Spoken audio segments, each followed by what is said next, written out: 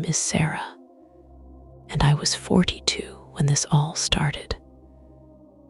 Looking back, I honestly don't know if I'm even the right person to be telling this, but I feel like if I don't get it out somewhere, like just down on paper or recorded, I'm going to lose my mind. My daughter Lily was 8 at the time. She was the kind of kid who was always covered in grass stains, obsessed with collecting smooth rocks, and spent way too much time trying to teach our golden retriever, Buster, how to play hide and seek. It was a normal life. Really, it was just quiet. My husband, Mark, works in logistics, so he's gone early, and I teach middle school English, so we had that predictable, cozy rhythm every single day. We'd have dinner around 6, watch something mindless on TV, and get Lily to bed by 8:30. I remember thinking during those weeks how lucky we were. I remember complaining about the laundry and the noise of the neighborhood kids. It's funny, no, it's not funny, it's tragic. How much I'd give to be back there, stressing over a pile of unfolded clothes again. The fever hit on a Tuesday in late October. It wasn't even a slow onset. I picked her up from school, and she was fine, just a little tired. By the time I was halfway through making lasagna, she was shivering so hard her teeth were actually chattering against the edge of a water glass. I checked her temperature, and it was 103.4. It spiked to 104 by midnight. We spent 3 days in the bedroom, just me, Lily, and a rotation of cold towels and Motrin. She was delirious, talking about things I didn't understand, stuff about the deep frost and the hollow trees. But I just chalked it up to the fever. Kids say weird things when their brains are cooked. I was so exhausted, I barely slept, just dozing in the rocking chair next to her bed, listening to her ragged, heavy breathing. I remember watching Buster, our dog, pacing outside her bedroom door. He's the most docile creature on earth, but he spent those 3 days whimpering, his tail tucked so far between his legs it looked painful. I thought he was just picking up on my stress. I really, truly thought that was all it was. By Friday morning, the fever broke. It was like someone had flipped a switch.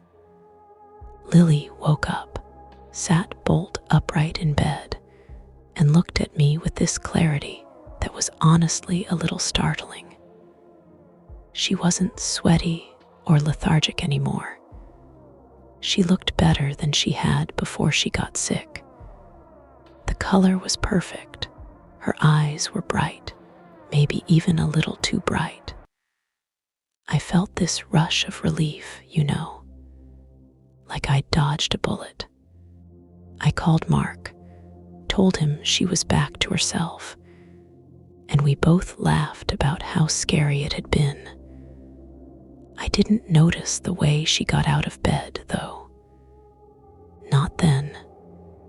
Looking back, she didn't climb out.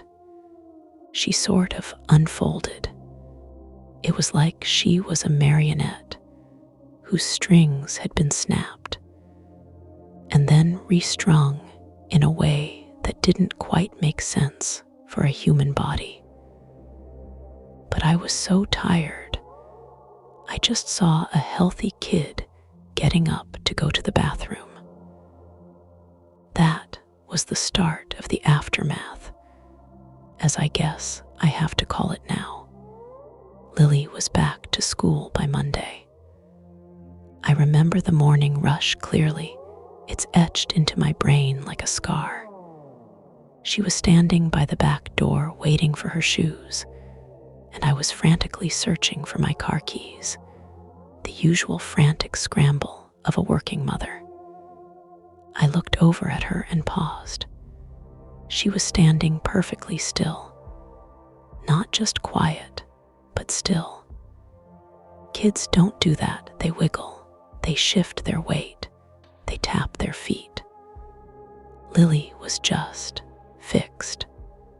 Her spine was unnaturally straight, her arms hanging loose at her sides, but there was a tension in her posture, a kind of coiled, predatory readiness that I hadn't seen in her before.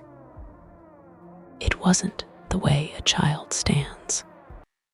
It looked like the way a cat stands when it's watching a bird through a window.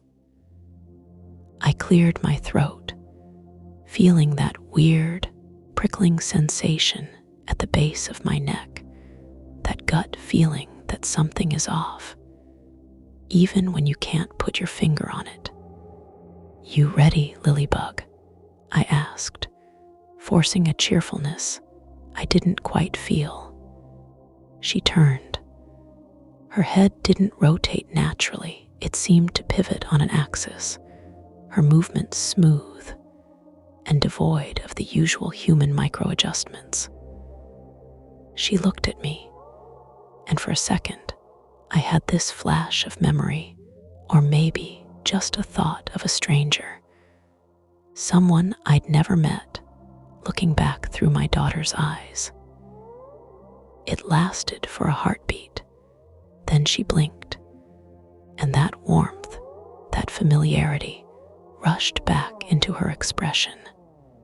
"Yeah, Mom," she said, her voice sounding a little thinner, a little more clipped than before. I felt like an idiot for even hesitating. I blamed my own lack of sleep. I blamed the stress of the previous week. I took her hand, and her skin felt different, colder, firmer, like it had been stretched over muscle that was denser than it had any right to be. When we got to school, I walked her to the front entrance. Buster was in the car with us, as he often was, and usually he'd be whining and trying to lick her hand through the window. But he was huddled on the floorboard of the back seat, growling under his breath, a low, guttural vibration that I'd never heard from him. He wouldn't even look at her. I reached back to pat his head, trying to calm him, and he actually bared his teeth at me, then retreated further into the shadows beneath the seat. I was shocked. He loved Lily more than he loved me. I tried to tell myself it was just the smell of the doctor's office, the antiseptic, the illness. I kept repeating those logical excuses to myself like a mantra, trying to keep the creeping unease at bay. I left her at the school doors and watched her walk away. She moved with this odd, rhythmic gait, a strange, disjointed grace that made me think of something wild, something that didn't belong on a suburban sidewalk.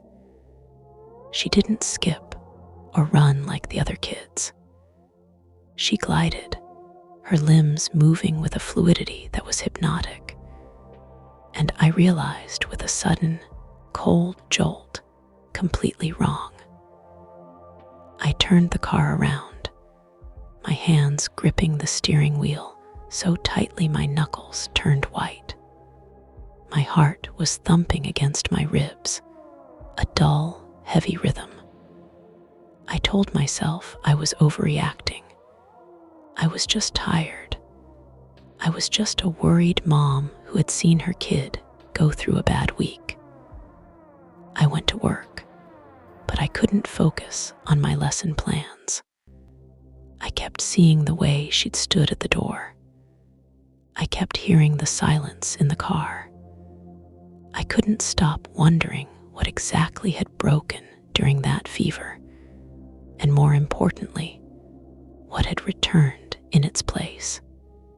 I spent the rest of that day in a haze.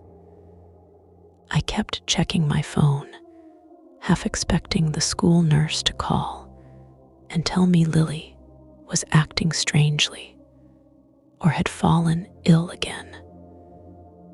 But the phone stayed silent.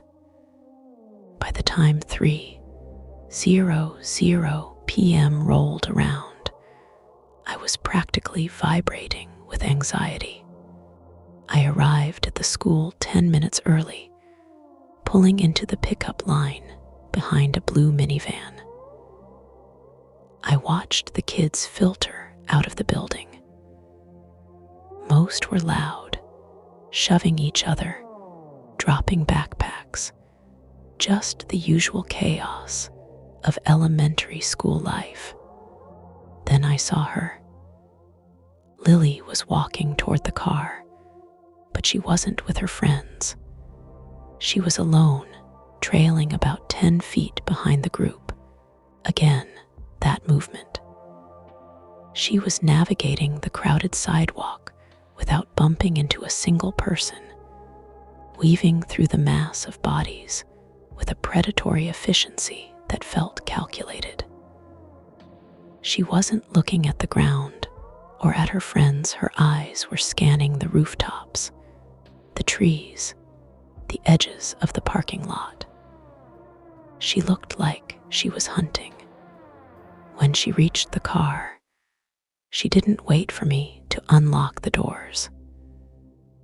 She just pulled the handle, and as I clicked the lock open, she slid into the seat before I could even finish the motion. "How was your day, sweetie?" I asked, my voice sounding thin and hesitant. I didn't look at her directly, just glanced in the rearview mirror. She sat there in the passenger seat, hands folded neatly in her lap. Her fingernails looked cleaner than they had that morning, almost manicured, which was impossible since she'd spent the day at school. "Fine," she said, just that one word. No mention of the math test she'd been dreading. No stories about the lunchroom. No complaints about the noise. Buster, who had been resting his chin on the center console, let out a sharp, panicked yelp and scrambled over into the very back of the trunk area, pressing himself against the tailgate. He was shivering, his hackles raised so high they formed a sharp ridge along his spine. He wasn't growling anymore. He was terrified. "Lily, what did you do to make him act like that?" I asked, a little sharper than I intended. She turned her head to look at me, and I had to fight the urge to swerve the car. The look in her eyes wasn't just off. It was vacant, like looking into a deep, dark well where the bottom had long since fallen out. She stared at me for a long, uncomfortable moment. Her pupils dilated until they swallowed the iris. "He's just sensitive today, Mom," she said. Her voice didn't sound like it was coming from her throat. It sounded like it was being projected from somewhere behind her, a hollow, reverberating tone that set my teeth on edge. I turned the radio on loud, trying to drown out the silence. We drove home in a state of high tension. The neighborhood looked the same, the turning leaves, the late afternoon sun hitting the suburban lawns, but it felt like I was driving through a movie set that had been abandoned. I kept thinking about that fever. What if it wasn't a virus? What if it was a barrier? What if the thing that had been in her, the thing that had been Lily for 8 years, hadn't just been sick? What if it had been crowded out? When we got home, she didn't go to her room to play or ask for a snack. She went straight to the sliding glass door leading to the backyard and stood there, staring out at the woods that backed up to our property. She stood perfectly still, her forehead pressed against the cool glass, her breath barely fogging the pain. She stayed there for hours. I tried to engage her. I brought her a sandwich. I asked about her homework, but she didn't acknowledge me. She was watching the woods, and I had the sinking, terrifying realization that she wasn't looking at the trees. She was waiting for something to answer her. I didn't sleep that night. I sat on the sofa in the living room, a blanket pulled tight around my shoulders, watching the back of Lily's head. She hadn't moved from the sliding glass door since we got home. It was well past midnight now, and the house was swallowed in that heavy, pressurized silence that only happens when you're terrified in your own home. Mark had come home around 6, and I tried to pull him into the kitchen to talk, to voice the insanity of what I was feeling, but the words just died in my throat. How do you tell your husband that your daughter is a stranger? How do you say, I think something else is living inside our kid? He had just laughed, told me I was suffering from mom burnout after the fever, and went to bed early. Now I was alone with it. The only sound in the house was the rhythmic, soft ticking of the kitchen clock and the occasional shifting of the floorboards as the house settled. Every few minutes, I'd check on Buster. He was still in the laundry room, shoved into the furthest corner behind the washing machine, his eyes wide, whites showing. He wasn't barking. He was praying, or something like it. Around 2:00 a.m., Lily moved. It wasn't a sudden motion. It was a slow, agonizingly deliberate shift of her weight. She placed her hand against the glass, and I watched, my blood turning to ice as the glass began to vibrate. It wasn't from a breeze or a structural issue. The pain was literally humming under her touch. She turned her head slowly, mechanically, until her eyes found mine in the dark. "The night is better," she whispered. Her voice was flat, devoid of any childhood cadence, lacking the inquisitive, bright tone that had defined her since she was a baby. It sounded like an adult, or something older than an adult, trying to mimic a child's vocal cords. I couldn't breathe. My lungs felt like they were filled with wet sand. "Lily," I managed to choke out. She turned back to the glass. "It's so quiet out there. You don't listen, Mom. You never listen to the things that happen in the dark." She didn't wait for a response.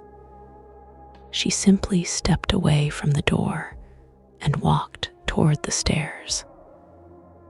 She didn't walk like a kid going to bed. She moved with a silent, padding gait, her heels barely touching the hardwood. Her weight shifted forward onto the balls of her feet. She ascended the stairs, disappearing into the darkness of the second floor, and the house seemed to exhale a long, shuddering breath. I stayed on the couch for hours, my heart hammering a frantic, uneven rhythm against my ribs. I knew, with a certainty that made me want to scream, that the girl who went upstairs was not the girl I had tucked into bed for the last 8 years. When the sun finally began to bleed through the curtains, a dull, gray light filtering into the room, I stood up. My knees were stiff, my joints aching. I felt like I had aged 10 years in a single night.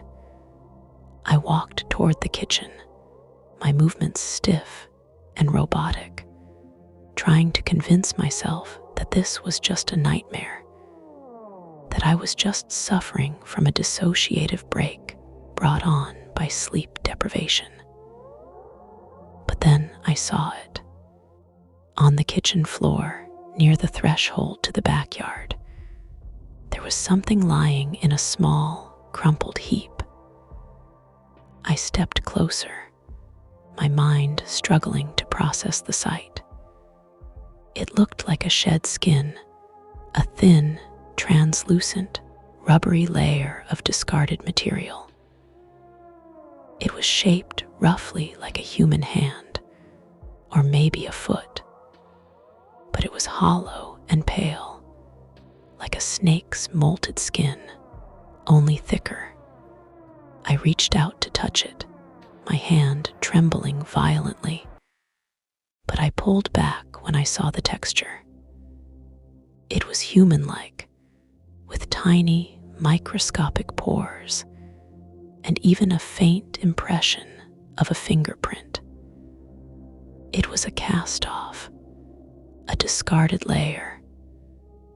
My breath hitched in my throat as I looked toward the ceiling, toward the room where my daughter, or the thing that was wearing my daughter, was sleeping. I didn't scream. I didn't even drop the thing. I just stood there in the kitchen, paralyzed, clutching that translucent, dry membrane in my hand as if it were a fragile bird. It was warm, not body warm, but that weird, lingering heat you get from a stone that's been sitting in the sun. The implications were so heavy, so physically impossible, that my brain simply stalled. I kept staring at the staircase, waiting for the sound of small, heavy footsteps to come thumping down the stairs for breakfast. The silence of the house felt predatory. I realized then that I wasn't just looking at a biological anomaly. I was looking at evidence. Evidence of what? I didn't know.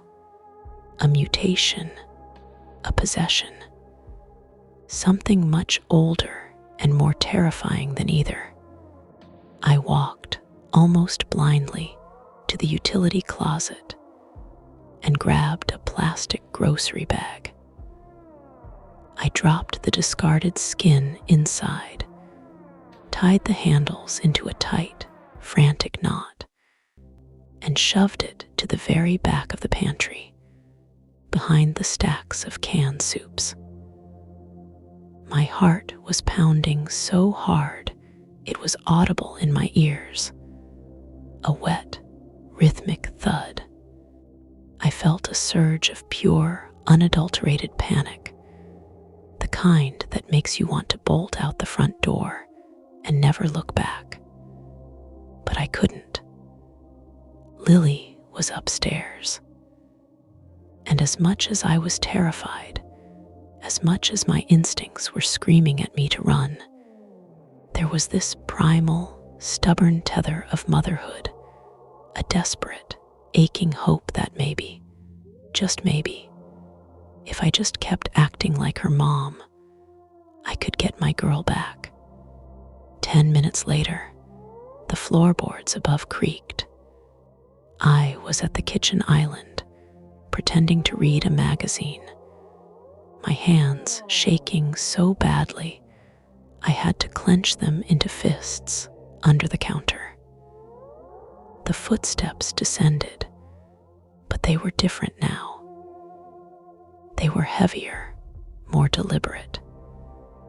Each footfall hit the wood with a dull, thudding authority. She reached the bottom of the stairs and stopped. I could feel her presence at the edge of the kitchen, watching me.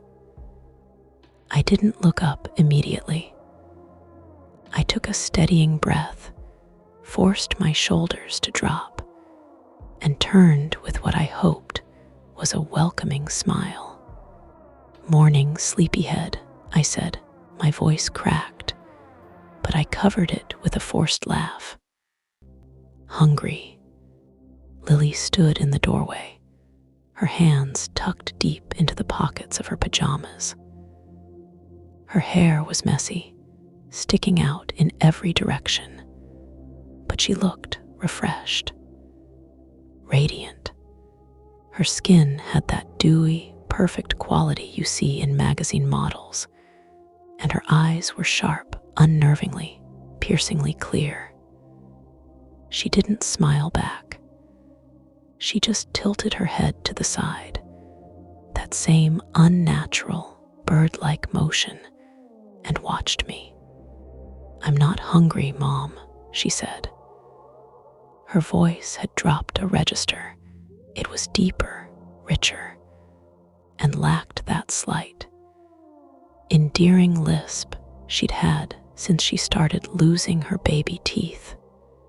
"Everyone needs breakfast," I said, my voice sounding desperate to my own ears.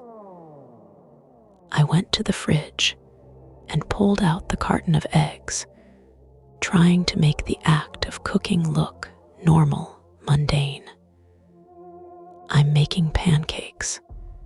Your favorite. The ones with the blueberries." She walked into the kitchen, her movements fluid and silent. She didn't sit at the table. She circled the island, her gaze tracking me like a predator tracking a deer. It was terrifyingly intimate. She stopped right behind me, and I felt the hair on my arms stand up.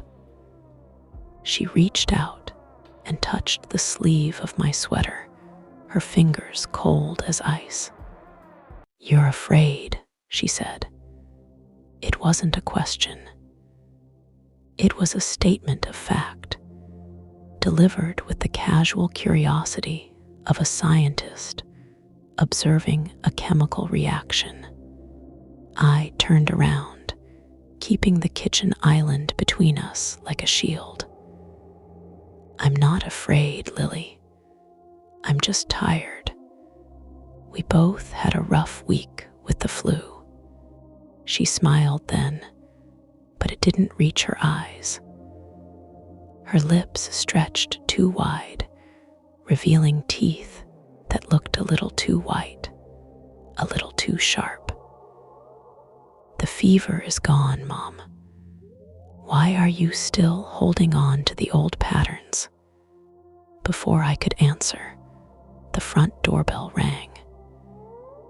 It was early 8:00 a.m. on a Saturday, and the sound was jarring, cutting through the thick, suffocating tension in the room like a knife. I almost jumped out of my skin when the chime sounded. I looked at Lily, but she hadn't even flinched. She was still standing by the island, her head tilted, eyes locked on the front door as if she could see through the drywall, and the siding to whoever was standing on the porch. "I'll get it," I stammered, needing an excuse, any excuse, to get away from her. I walked toward the foyer, my legs feeling like they were made of lead. When I peered through the peephole, my heart sank. It was Mrs. Gable, our next-door neighbor. Mrs. Gable is a sweet woman, usually armed with a tray of cookies or some neighborhood gossip. But today, she looked pale. She was clutching her cardigan closed as if she were freezing, despite it being a mild October morning. I opened the door, forcing a smile that felt like it was plastered onto my face with tape. "Hi, Martha. Is everything okay?" She didn't return the smile. Her eyes were darting around behind me, landing on the dark interior of the house. "Sarah, I don't want to be a bother. I know you've had a rough week with Lily being sick." She hesitated, her hands trembling. "But Buster, is he all right?" I blinked, confused. "Buster? Yeah, he's a bit skittish today." "Why?" Martha took a shaky breath. "He was at my fence at sunrise, scratching, just nonstop scratching at the wood. And when I went out to see what was wrong, he looked at me and let out this sound. It wasn't a bark, Sarah. It sounded like a scream, like a human scream." She shivered, her eyes widening. "And then he just ran back toward your yard, but he stayed by the property line. He wouldn't cross into your lawn. He's still there, sitting in the weeds, just watching your house. He looks terrified." I felt the blood drain from my face. "I'm so sorry, Martha. He's just been weird since Lily's fever." "That's the other thing," Martha whispered, leaning in closer, her voice dropping to a conspiratorial, trembling murmur. "I saw Lily in the backyard last night, through my kitchen window. It was after midnight. She was walking on all fours, Sarah. She was moving through the grass like she was hunting something.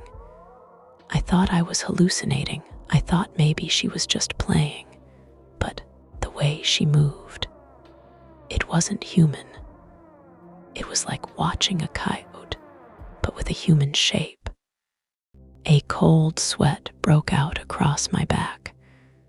I couldn't breathe. I looked back toward the kitchen, hoping Lily was still there, but the space was empty. The kitchen was silent. "Sarah," Martha asked, her voice tight with concern. "Is everything okay?" "I have to go, Martha," I said, my voice coming out as a strangled gasp. I didn't wait for her to respond. I just closed the door, not quite slamming it, but fast enough to convey the panic I was feeling. I turned around, and Lily was standing at the end of the hallway. She hadn't made a sound. She was just standing there, her eyes fixed on me, her expression completely unreadable. She had clearly heard every word Martha said. "You're telling them," she said. Her voice wasn't accusing. It was just curious. "You're telling them about the changes." I backed away, my heel catching on the edge of the rug. Lily, what are you? What did that fever do to you? She took a step forward, and for a second, her shadow on the wall didn't match her body. It stretched and warped, looking jagged, elongated, more like a beast than a little girl.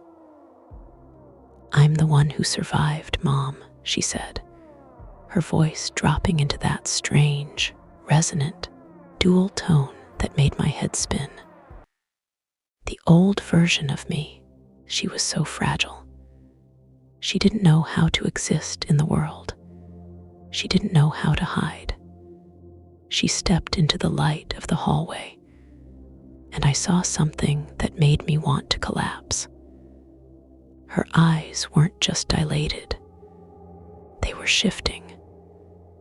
The brown of her iris was swirling, fragmenting like ink in water, revealing a flicker of something yellow, something wild, something ancient. I retreated into the living room, my back hitting the fireplace mantel. I was trapped between the cold stone of the hearth and the thing that used to be my daughter. Lily didn't rush me. She didn't need to. She paced the foyer, her movements so fluid it was as if she were made of liquid.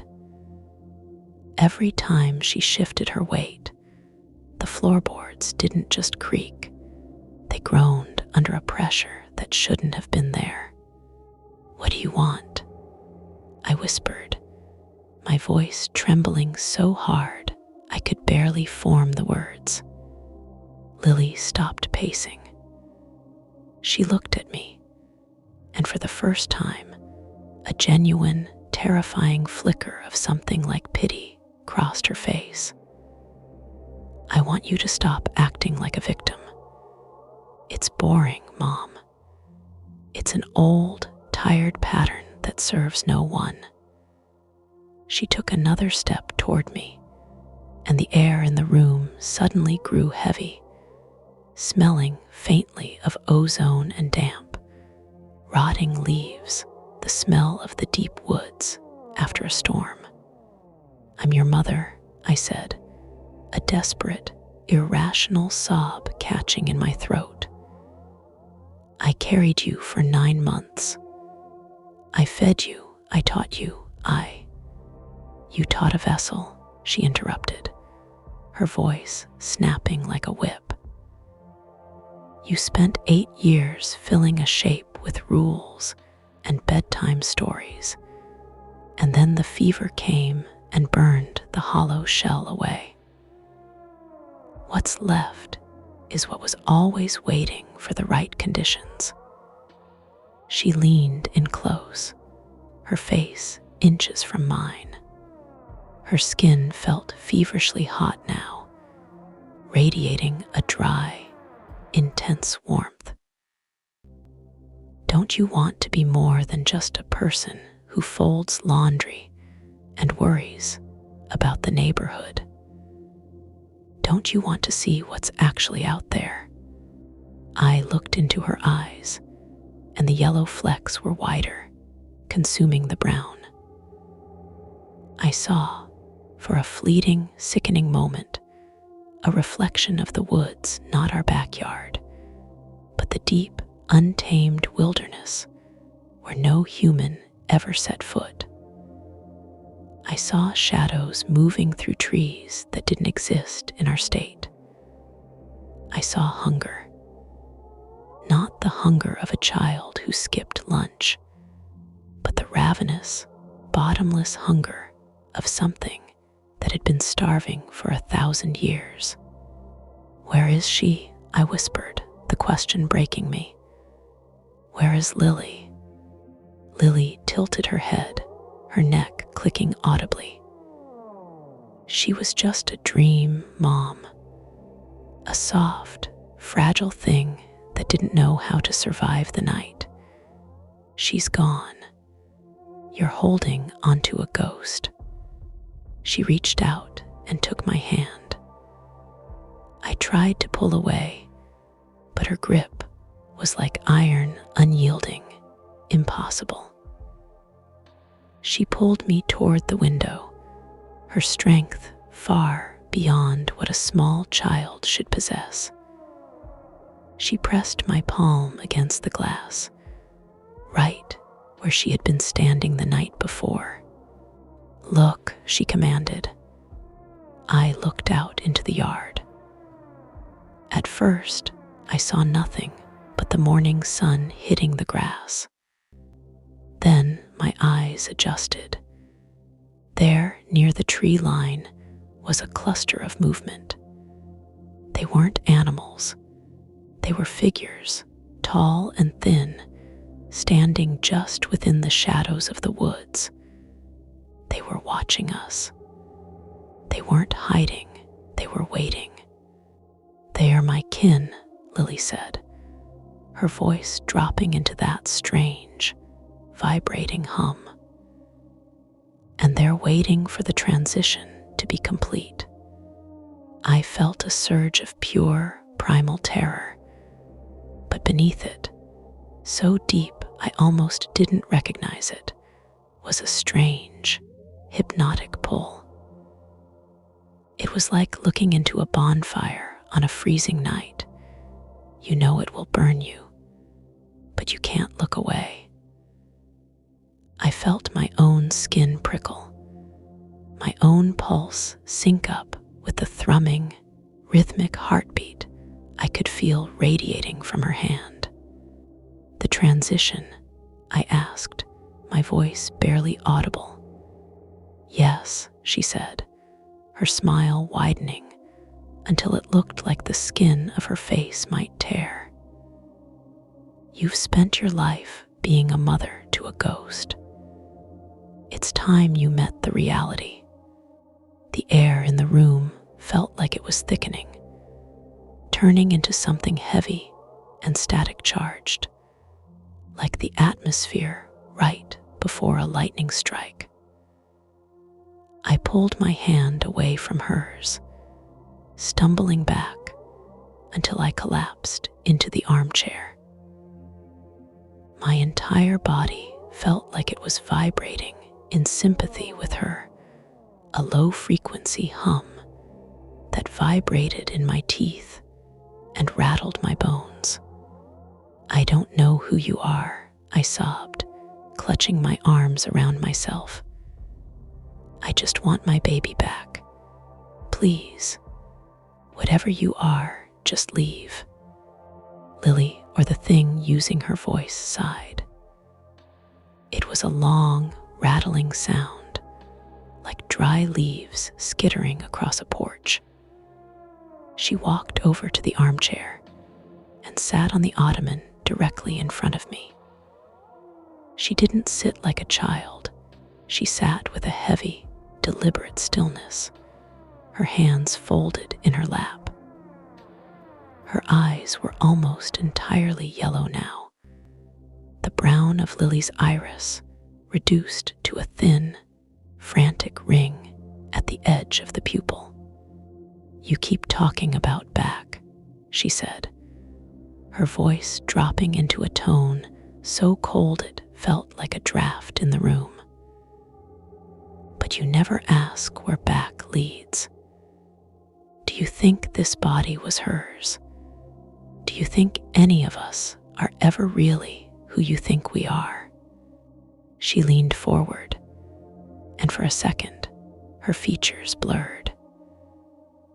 It was like looking at a reflection in a disturbed pool of water. Her nose, her jaw, the line of her mouth shifted and rippled, showing glimpses of something gaunt, something angular, something ancient that was struggling to contain itself within the small, soft frame of an 8-year-old girl.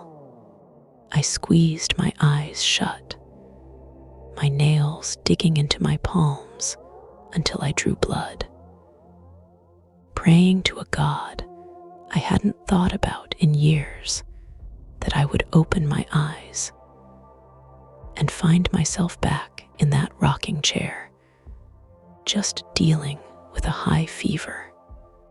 "Open your eyes, Sarah," she commanded. It wasn't a request. It was an order, and my body reacted to it instinctively, my eyes flying open despite my desperate desire to keep them shut. She was right in front of me. Her face was perfectly normal again, Lily's face, my sweet girl's face, but the eyes were still wrong. They were wide, unblinking, and hungry. "The neighbors are starting to talk," she said, nodding toward the front door, as if she could hear Martha Gable still standing on the porch. "They feel it. The animals, they feel it. Even you, deep down, you know exactly what's happening." I felt a sudden, sharp clarity, a cold, terrifying realization that she was right. I did know. I had known since the night I found that shed skin in the kitchen. I had known when I saw her moving through the house at 2:00 a.m. Every rational, logical part of my brain had been fighting it, trying to map this nightmare onto something I could understand: a illness, a psychological break, a tragedy. But those were just masks I was using to hide from the truth. "I'm not a victim," I whispered, the words feeling like a betrayal of everything I had been raised to believe. "No," she agreed, a small, genuine smile touching her lips. "You're a witness, and witnesses have a choice. You can keep fighting the reality, or you can start learning the language of the woods." She stood up, her movements graceful and fluid, and walked toward the back door again. She didn't look back to see if I was following. She moved with a confidence that made it clear she didn't care whether I followed or not. She was simply transitioning, and she was going to complete that transition regardless of whether I was there to see it or not. I sat there for a long time, listening to the silence of the house. The dog was still whining in the distance. The wind was picking up outside, rattling the window frames. And for the first time, I didn't reach for my phone to call Mark. I didn't look for a way to escape.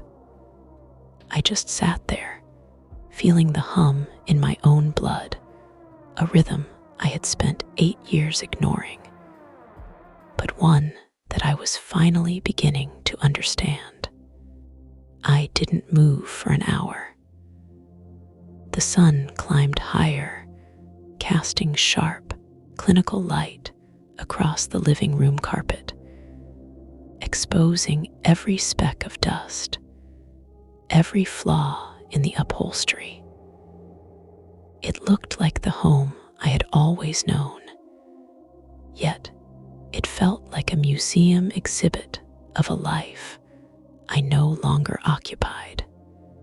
I looked down at my hands. They were trembling, but the tremor was different now, less like a spasm of fear and more like a vibration, a frequency matching the low, steady thrum that seemed to pulse from the very walls of the house. I stood up. My balance felt precarious, as if the floor had tilted a few degrees beneath my feet. I walked toward the back door, and every step felt intentional, weighted. I found her standing by the edge of the patio. She was staring into the woods, her posture relaxed, almost regal. She didn't turn when she heard me approach. She already knew I was there. "The skin is dry," she said, not looking at me. "What?" I asked, my voice sounding hollow in the open air. She finally turned. The yellow in her eyes had bled further, swallowing the brown until they looked like polished amber. The old layer, it was thin.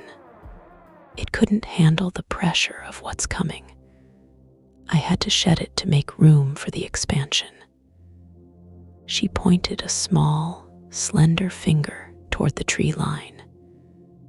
"They're coming closer, Mom. Not because they want to take me, but because they're curious about the change." I looked at the woods. The trees seemed different, darker, denser. The branches weaving together in patterns that felt deliberately obstructive.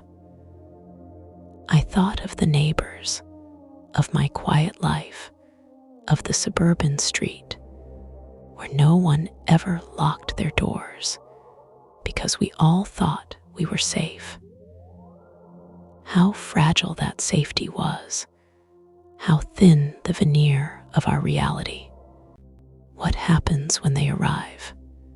I asked, the terror finally giving way to a cold, analytical curiosity.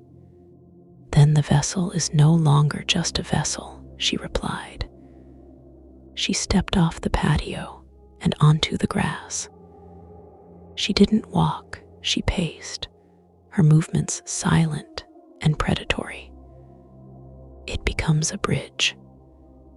And you, Sarah, you have to decide if you're going to stay on this side of the crossing or if you're going to follow." I followed her toward the woods. I didn't mean to, but my legs carried me forward, a compulsion I couldn't override. The transition wasn't just happening to her. I could feel it in the air, in the sudden drop in temperature, in the way the wind seemed to whisper my name in a voice that sounded like my own, only distorted, as if played through a cracked speaker. "I can't just leave," I said, thinking of Mark, of the mundane reality of our bills, our jobs, our mortgage. Lily laughed, a sharp, mirthless sound. "You've already left, Mom. Look at your house. Look at the street." I looked back at our home. From this distance, it looked small, pathetic, a box of wood and drywall stuck in the middle of a vast, breathing forest that didn't care about our petty human struggles. It was a shell, just like the one she had left on the kitchen floor. "You're not afraid anymore," she noted, her voice closer now. She was standing at the threshold of the trees. The light seemed to die where she stood, creating a sharp line between the manicured grass of our yard and the chaotic, shifting darkness of the woods. She was right.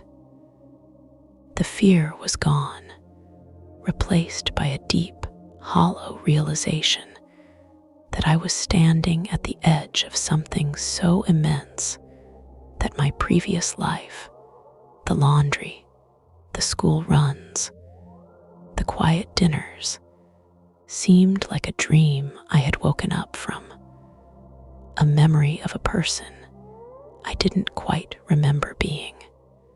"I'm ready," I said, though I didn't know what I was saying I was ready for. "Good," she whispered, and for a moment, the girl who was my daughter smiled, a real human smile, before her features shifted again, melting into the ancient, sharp-edged reality that had claimed her. She turned and stepped into the darkness of the trees, and without a second thought, I stepped in right behind her. The transition was instant. The moment I crossed the tree line, the suburban hum of the neighborhood, the distant sound of a lawnmower, the muffled barking of a dog, the faint drone of a plane overhead vanished. It was replaced by a silence so absolute it felt like being submerged in deep water. The air was cold here, smelling of damp earth, decaying leaves, and something else, something metallic and sharp, like the tang of ozone before a storm. Lily was ahead of me, a small, dark silhouette weaving through the dense brush with an uncanny, liquid grace. She didn't have to look back. She knew I was following. She didn't have to navigate. She moved as if she were tracing a path she had walked 1,000 times, despite us being deep in the uncharted woods behind our property. I felt a strange sensation in my legs, a dull, rhythmic ache that seemed to synchronize with the forest floor.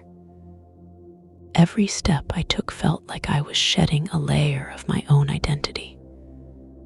The Sarah who worried about school board meetings, the Sarah who fussed over the grocery list. She felt like a character I had once played in a long, boring theater production. I wasn't that person anymore. I was simply a presence, a set of eyes, a pulse in the dark.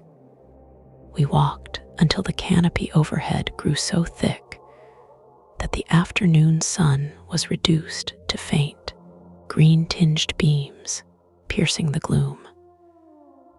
The woods weren't empty. I could feel eyes on us, not human eyes, but the cold, calculating stares of things that had been watching this patch of land since before the first house was built. They weren't hostile, but they were expectant. They were waiting for the change. Lily stopped in a clearing where the trees formed a near-perfect circle. In the center, the ground was bare, the soil dark and rich, untouched by ferns or brambles. She stood in the middle of the circle and turned to face me. Her face was changing again, not into the girl I had raised, but into something else. The skin around her jaw was taut, her features shifting and rearranging themselves in a way that defied anatomy. She wasn't just wearing a body, she was mastering it. "Do you see them now?" she asked.